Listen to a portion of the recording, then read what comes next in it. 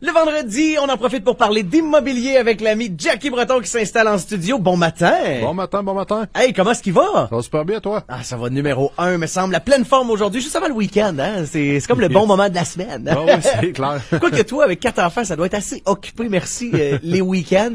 Mais bon, je te laisse gérer ça.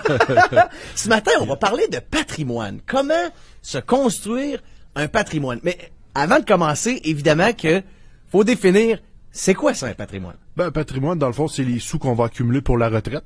Fait que j'avais envie de te parler de ça un petit peu parce qu'on a parlé d'investissement immobilier dans d'autres chroniques. Ouais. Et je voulais t'amener avec avec quelques chiffres. Parce Fait que c'est une impression qu'on a, en tout cas, c'est qu'il y a beaucoup de monde dans la société qui se fie pour leur retraite sur la valeur de leur maison. Oui, exactement.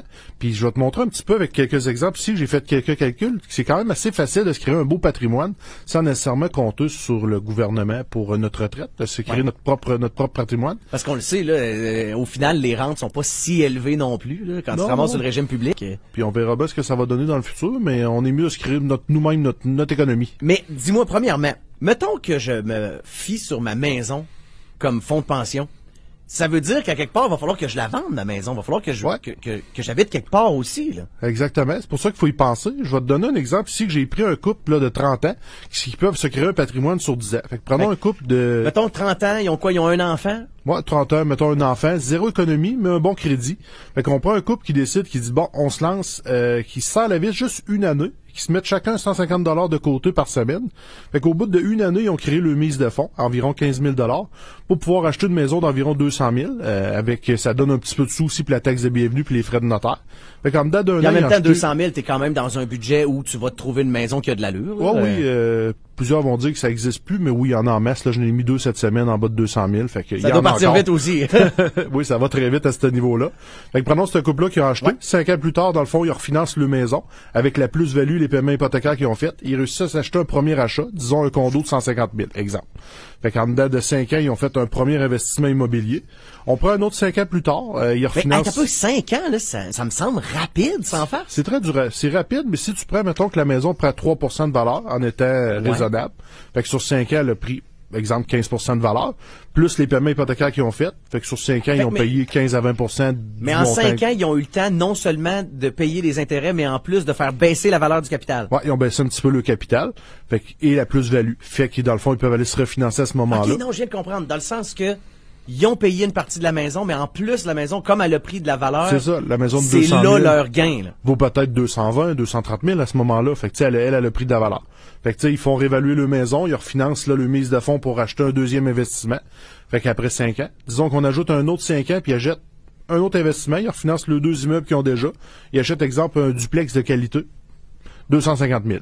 Puis ils se disent, mettons, ben, on va louer la deuxième partie? Ouais, ben, ils vont louer les 2 logements. Okay. Fait que là, actuellement, dans le fond, au bout de 11 années, ils ont présentement 3 immeubles, puis seulement 3 locataires à gérer, ce qui est pas trop d'ouvrage. Ça a de l'allure. Tu sais, t'achètes des bâtisses, on s'entend qu'ils sont pas d'entretien, quand t'es quelqu'un qui veut pas se casser la tête.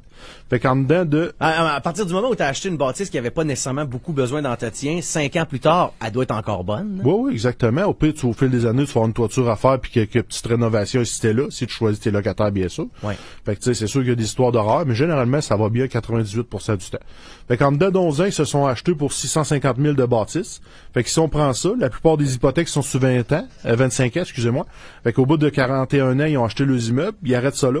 À 66 ans, tout est payé. Fait qu'ils ont le 650 000 d'investissement vaut probablement 1 million à leur retraite. Fait que ça commence à être une retraite quand même intéressante. Ben, écoute, c'est 500 000 chaque. Ah, exact. Puis après ça, dans le fond, ils peuvent vendre les immeubles locatifs en premier, ce que tu me disais au départ de la chronique.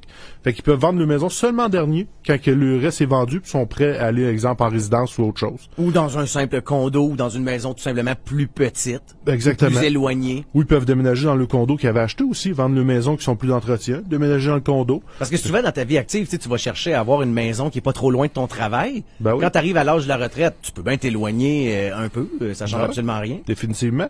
Fait que c'est un peu l'exemple que je voulais te démontrer qu'avec un petit peu d'investissement, puis je sais que c'est pas à portée de tout le monde, mais quand même, la majorité des gens devraient y penser de faire des légers investissements comme ça.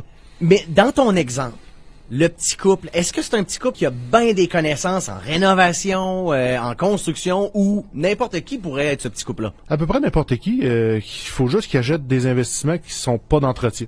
Fait que c'est ça la clé du succès, puis de choisir ses locataires adéquatement. C'est fou quand tu y penses parce que tu fais en partie une job d'immobilier, mais aussi d'éducation au niveau financier. Oui, définitivement. Tu sais, tout le monde doit penser à prévoir sa retraite, prévoir son patrimoine, puis très peu de gens le font. Puis j'arrive avec beaucoup de personnes à 65 ans qui ont encore des hypothèques. Tu sais, quand on se sert un petit peu la vie jeune, puis après ça, le restant de ta vie, tu peux profiter puis dépenser parce que ton investissement est fait, ton patrimoine est prévu. C'est ça qui est merveilleux aussi quand tu fais affaire avec un courtier immobilier, c'est que justement, tu crées un plan.